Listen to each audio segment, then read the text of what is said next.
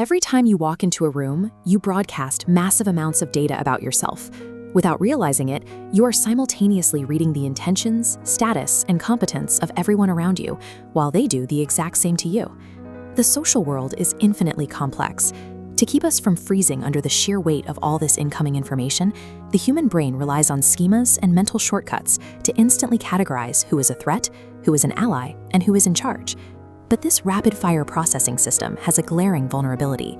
If we make split-second judgments based on superficial cues, anyone can project false confidence, fake their credentials, or mask their true intentions. In a world of quick judgments, cooperation requires verification. If there's no way to distinguish a sincere ally from a clever actor, the risk of being deceived eventually makes trust impossible.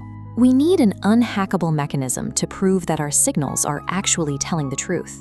Evolutionary biology proposes a solution to this problem of trust, especially between animals with competing interests. It's called costly signaling theory. The concept hinges on the handicap principle. To signal genetic fitness to a mate, a peacock grows an extravagant, cumbersome tail. That tail requires a massive amount of metabolic energy to produce and makes the bird highly vulnerable to predators. The signal is reliable precisely because it is so expensive. A weak or sickly bird simply cannot afford to fake it.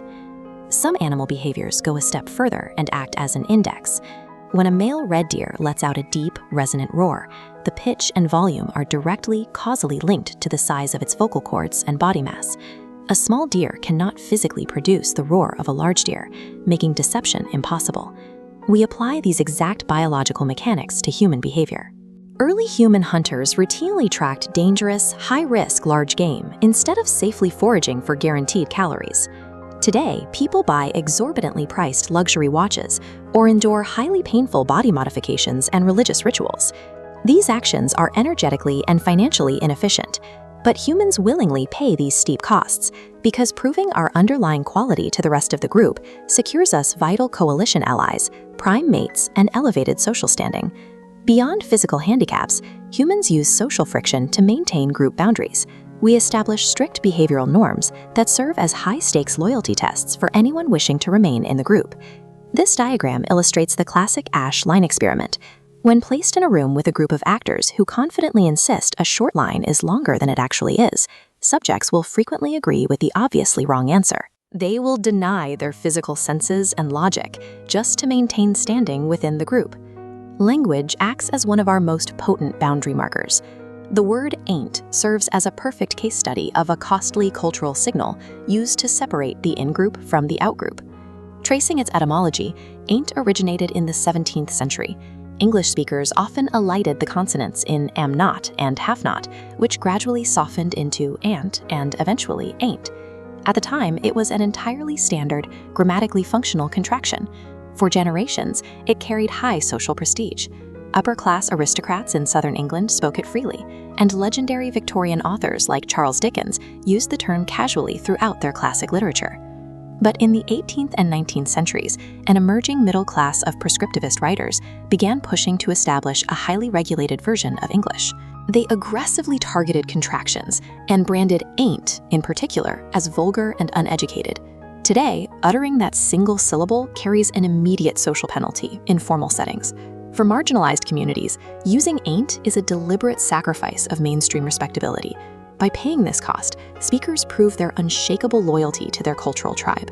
We rely on these delicate, organic systems to figure out who to trust. So what happens when a large institution, a government, a school system, or a massive corporation decides to officially measure them? The sociologist Donald T. Campbell identified a reliable pattern in institutional behavior, known as Campbell's law. This flowchart visualizes the core mechanism. When left alone, complex behaviors organically output reliable social signals. But when leadership converts that behavior into a trackable metric, motivations shift. Instead of focusing on behavior, people optimize for the target, bypassing the underlying skill. Gamifying a signal effectively removes the metabolic or social handicap. When the cost of the signal drops, the honest indicator becomes a vehicle for deception, rewarding the best gamers rather than the most qualified candidates. We see this pattern everywhere.